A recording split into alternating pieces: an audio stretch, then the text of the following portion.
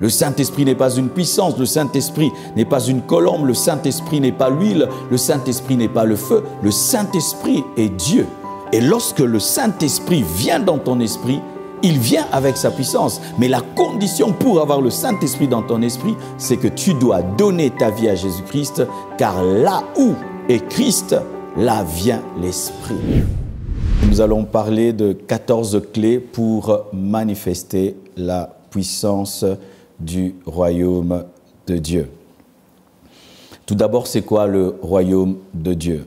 Le royaume de Dieu, d'autres disent le royaume des cieux. Certains disent qu'il y a une différence entre le royaume de Dieu et le royaume des cieux. Je ne vais pas entrer dans ce débat-là. Mais le royaume de Dieu, c'est là où règne Dieu. C'est là où Dieu domine dans une personne, dans un lieu. Le royaume de Dieu peut être en toi. Tu n'as pas besoin d'aller au ciel pour vivre le royaume de Dieu. Le royaume de Dieu peut être dans ton cœur. Et le royaume de Dieu peut être dans une famille lorsque Dieu règne dans cette famille. Le royaume de Dieu peut être dans une église.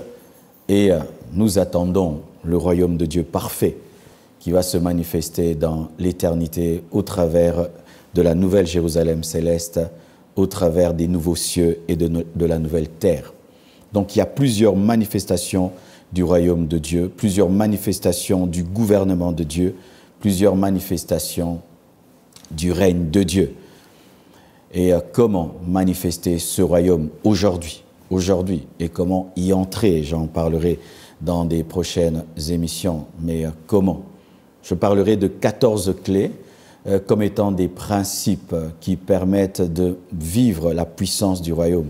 Parce que tout royaume a une armée, tout royaume a des armes, tout royaume a une puissance, et le royaume de Dieu a également une puissance. Il y a de la puissance dans le royaume de Dieu, mais il y a des conditions pour vivre et expérimenter cette puissance du royaume de Dieu.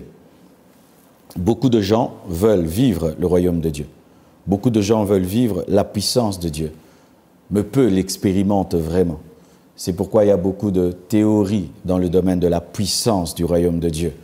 Nous lisons la Bible, que Dieu est puissant, que Dieu a fait des grandes choses, que Dieu peut faire des grandes choses, mais peu sont les hommes qui vivent cette puissance, peu sont les hommes qui expérimentent cette puissance.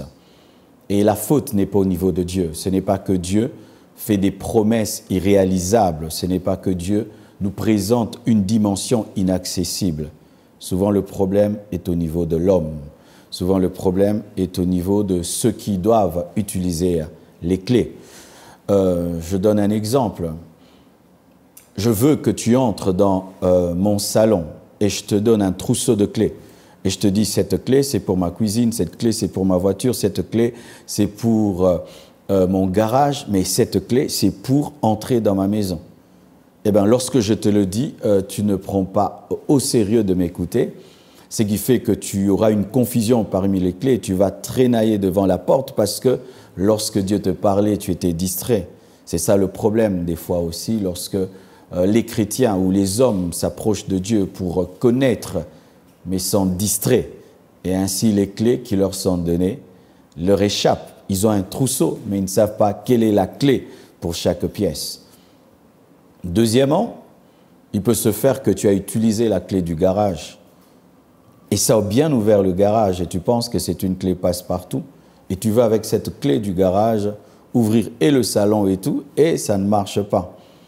C'est comme certaines personnes qui pensent que pour toute chose, il faut prier, il faut prier, il faut prier, il faut prier, il faut prier, alors que la prière n'est pas la seule clé du royaume de Dieu. Je vous parlerai de ces clés. Une fois, je suis allé dans une des provinces de mon pays. C'est là où se trouve notre grand barrage hydroélectrique qui s'appelle Inga, le barrage d'Inga. Et lorsque j'ai observé ce barrage, il était vraiment puissant. Mais aussi, quand j'ai observé les villages qui étaient autour du barrage, ils n'étaient pas assez électrifiés. Il n'y avait pas assez de lumière. Il y avait comme une contradiction entre ce puissant barrage et les ténèbres qui étaient autour de ce barrage. Alors j'avais posé une question aux ingénieurs, ils m'ont dit c'est parce qu'il y a certaines turbines qui ne fonctionnaient pas. C'est-à-dire que le barrage n'était pas utilisé à son maximum. Le barrage n'était pas utilisé comme il se devait, il était sous-utilisé. Paraît-il que notre barrage d'Inga au Congo peut alimenter toute l'Afrique. Mais il y a des parties même de la RDC, plusieurs parties et certains quartiers qui n'ont pas d'électricité avec un puissant barrage. Et pourquoi le problème des turbines, le problème des fils électriques, les problèmes des câbles? Il en est de même. Lorsqu'un homme reçoit Jésus-Christ dans sa vie, il reçoit le Saint-Esprit dans son esprit. Et le Saint-Esprit vient avec la puissance du royaume. Mais comment certains chrétiens n'arrivent pas à guérir les malades? Comment certains chrétiens n'arrivent pas à chasser les démons? Comment certains chrétiens sont sans impact et sans puissance? C'est comme un barrage.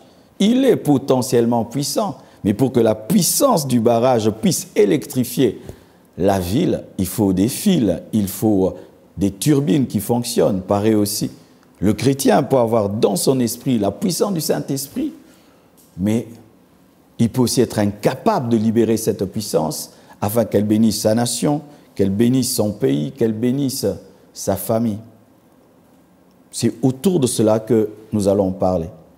Parce que nous ne devons pas seulement nous glorifier d'être dans le royaume, comme un militaire qui peut se glorifier d'être dans une puissante armée, mais qui ne sait pas utiliser les armes et qui fuit devant l'ennemi.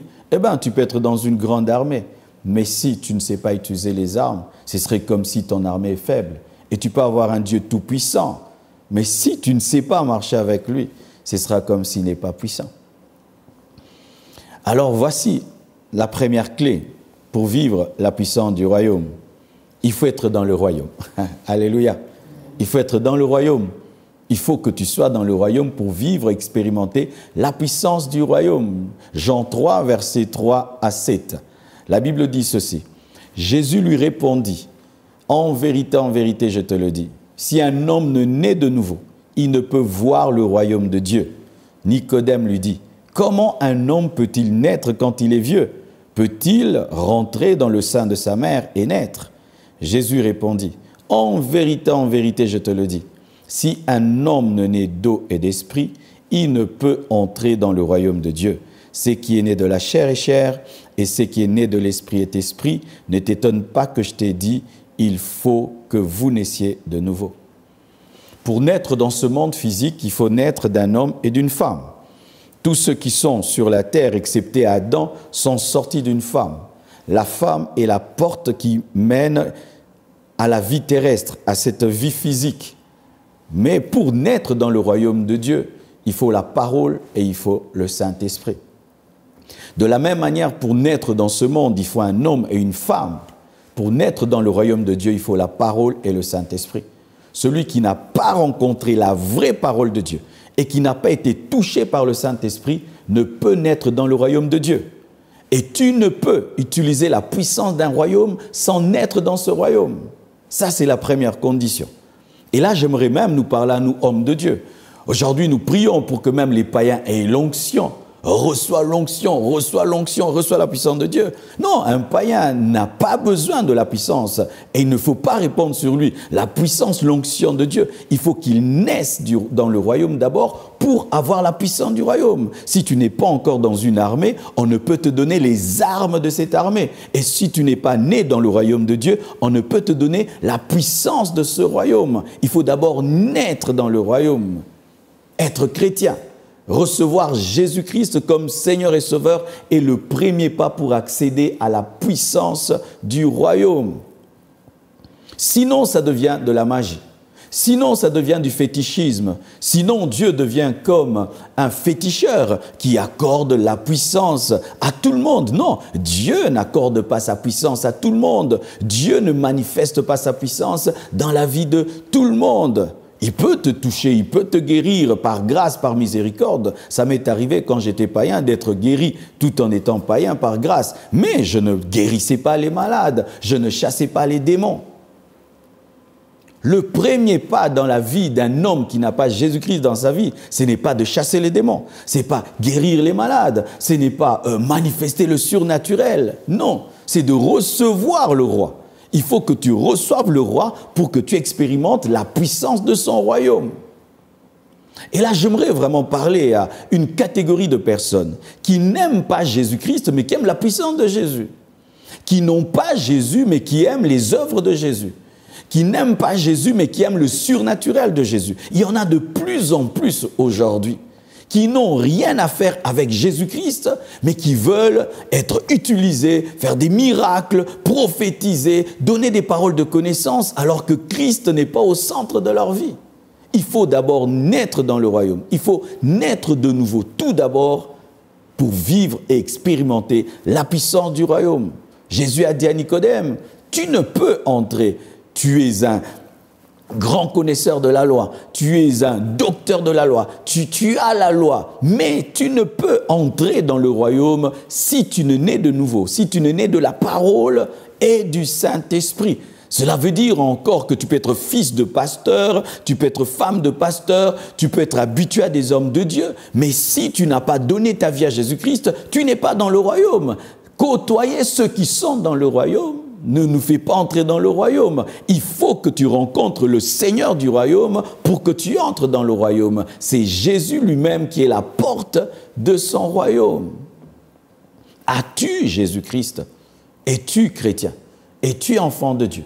As-tu donné ta vie à Jésus-Christ, toi qui désires expérimenter des miracles, des prodiges, des guérisons, des bénédictions? Le premier pas pour vivre dans ce monde, c'est naître dans ce monde.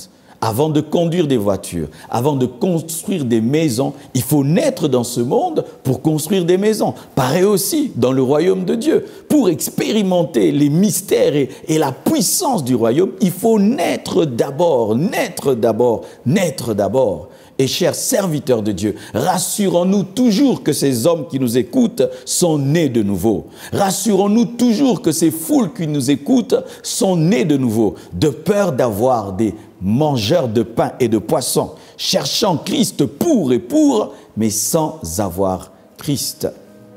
Première chose, il faut être dans le royaume. Il faut avoir la foi en Jésus-Christ.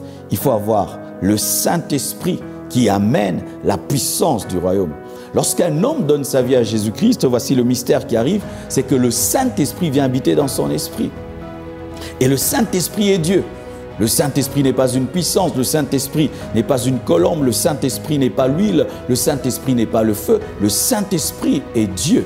Et lorsque le Saint-Esprit vient dans ton esprit, il vient avec sa puissance, mais la condition pour avoir le Saint-Esprit dans ton esprit, c'est que tu dois donner ta vie à Jésus-Christ, car là où est Christ, là vient l'Esprit.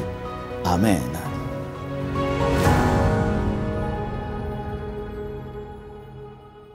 Shalom, j'espère que vous avez aimé cette vidéo. Abonnez-vous pour ne pas rater nos programmes. Merci de faire partie de notre famille TBN. Que Dieu vous bénisse. Shalom de Jérusalem.